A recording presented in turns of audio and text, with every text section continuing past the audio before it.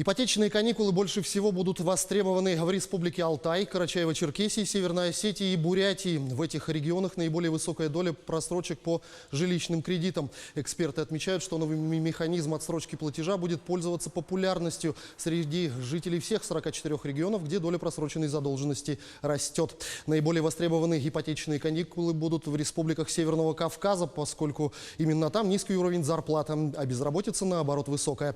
При этом в крупнейшие российские банки в первый месяц работы механизма уже начали обращаться клиенты с просьбой реструктуризировать жилищный заем по новым выгодным условиям. Их количество пока исчисляется единицами, большинство ограничивается консультациями. Напомню, новый закон об ипотечных каникулах позволяет заемщикам, оказавшимся в трудном положении, обратиться в банк и взять паузу в обслуживании кредита на полгода без начисления штрафов. Информация об отсутствии платежей за этот период не будет учитываться в кредитной истории, а залоговую недвижимость у заемщика изъять не смогут.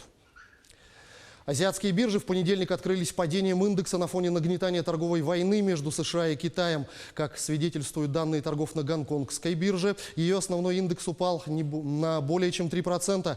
Ключевой индекс токийской биржи Nikkei, отражающий динамику котировок акций ведущих компаний Японии, на открытии снизился на 500 пунктов или на 2,5% по сравнению с показателями пятницы. Ранее президент США Дональд Трамп заявил, что США с 1 сентября повысят пошлины на товары из Китая объемом $300 миллиардов. Не на 10%, как было запланировано, а на 15%. Повышение на другую группу товаров объемом $250 миллиардов с 1 октября составит не 25%, а 30%.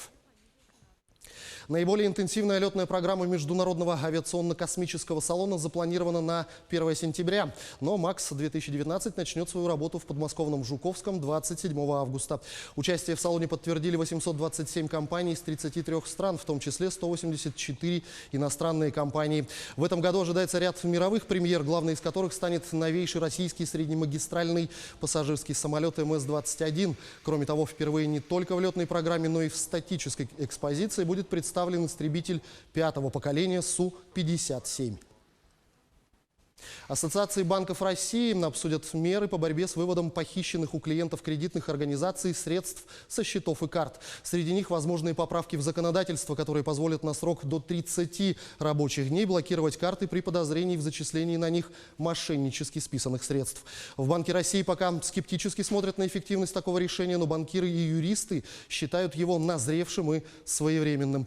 Например, если карта получателя платежа будет заблокирована из-за подозрений в нелегитимном переводе, то банку необходимо будет подтвердить его законность. Если она подтверждена, то карту нужно разблокировать немедленно. Если законность операции не подтверждена, то банк может разблокировать карту получателя в течение 2 рабочих дней.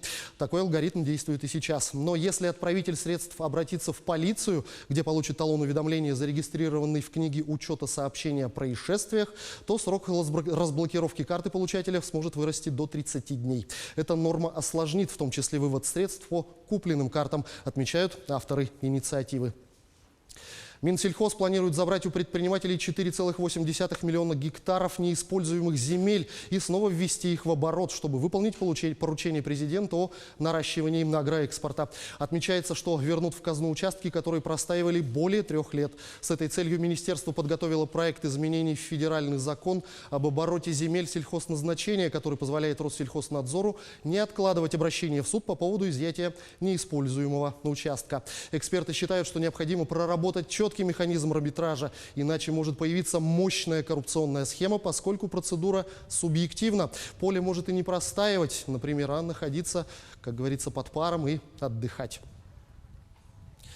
На этом у меня пока все. Оставайтесь в курсе экономических событий на Якутия 24.